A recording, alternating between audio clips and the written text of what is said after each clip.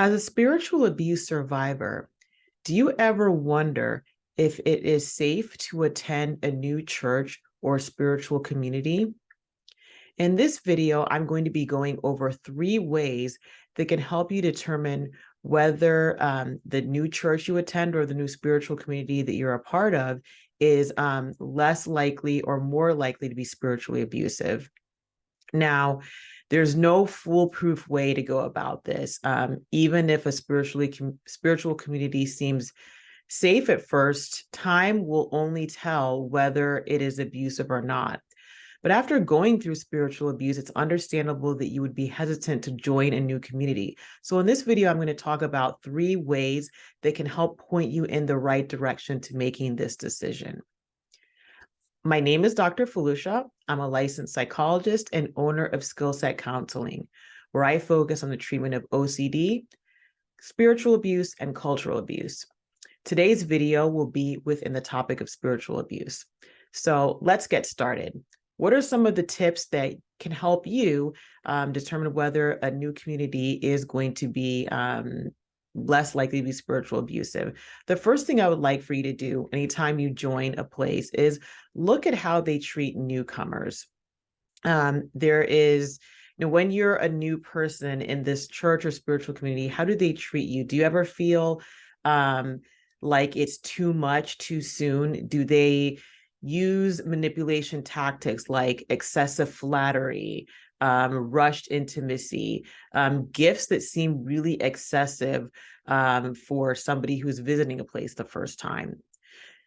These tactics are known as love bombing. And although this is part of the glossary of narcissistic abuse definitions and terms, it can also apply to spiritually abusive settings. To learn more about this, I have a video called Love Bombing in the Spiritually Abusive Environment. And so I'd encourage you to check that video to understand more about love bombing. Now, it's not to say that a church shouldn't treat newcomers well. I mean, anytime you go someplace new, it's expected to be treated with a special level of warmth, attention, and even some gifts. But you have to ask yourself, does this feel like it's too much too soon? Do these behaviors seem kind of inappropriate? And that'll be for you to decide, but that's a good question to ask yourself. By the way, I would like for you to like, share, and subscribe if you are finding this content helpful. What this does is it helps the YouTube algorithm show this video to other people who could benefit. So if you could take a moment right now to do that, it would mean a lot to me and I'd greatly appreciate it. The second tip is try to determine how they react to you or others when you communicate that you don't want to do something or you answer with a no, right? And so this could be something as simple as being asked to volunteer for something. So the next time something comes up and you're asked to volunteer, you could simply decline if you don't want to, or you could say something along the lines of, you know what, let me check my calendar and I'll get back to you. And I want you to pay close attention to how, how the person who's asking you, how they respond, right? Do they say, hey, no worries, and take your time or whatever? Do they just leave you be?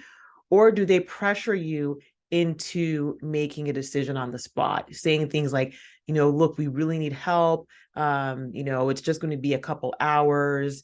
Just really manipulative tactics like that, right? Another thing that they could do that shows that they don't respect your no is hounding you with repeated requests, right? So they could be something like sending you multiple emails, text messages, or even volunteering you without your permission and saying, well, you know what, it's not going to be that big a deal. If you absolutely can't do it, let us know, but we really need help. So basically ignoring your no or not respecting your no. Another thing that can happen in these types of environments is that when you say no to something, you get treated differently. You get kind of like the cold shoulder. You start getting ignored. You just start getting treated differently simply because you expressed your own autonomy. Okay, so that is a second way to tell whether an environment, spiritual environment or church, could be more likely to be spiritually abusive. And the third one is how is excessive usage of contracts, right? And of course, spiritual settings, spiritual communities, churches, every place has the right to, have people sign an agreement for certain things. Having agreements and expectations is not bad in and of itself, but I want you to think about what you're actually signing. Do you feel pressure to sign something? And when you look over whatever you're signing, does it seem to have really vague language that is giving the spiritual community or church a lot of power in your life? Things I would watch out for phrases, things that say phrases such as like church discipline, right? Or another one, not necessarily communicated in a phrase, but the language suggesting that this community has influence in personal areas of your life, what you do in your home, how you conduct yourself at a job, things like that, basically taking their influence and authority outside of the spiritual community or church. Another thing that you want to be very careful of is anything that would denote any sort of like financial commitment to that church or community, right? And so you just want to be really careful in looking over that language, because some of these church contracts or spiritual community contracts can actually be legally binding. I would recommend, having someone look over it. If you have access to an attorney, do that, or just decline from signing it if you don't feel comfortable with it. If a community or church is pressuring you to sign something, to me, that's a big red flag. Okay, so I'm going to go over all three of these again. The first one, love bombing. The second one, how they respond or react to your no. Is it met with acceptance, or are they trying to change and control what you do? And then the third one is usage of inappropriate contracts. Okay, so those are just three that can point you in the right direction. For more information about how to recover from spiritual abuse, head on over to my website, skillsetcounseling.com, and click on the button for a free consultation. You can also click on the link in the description box.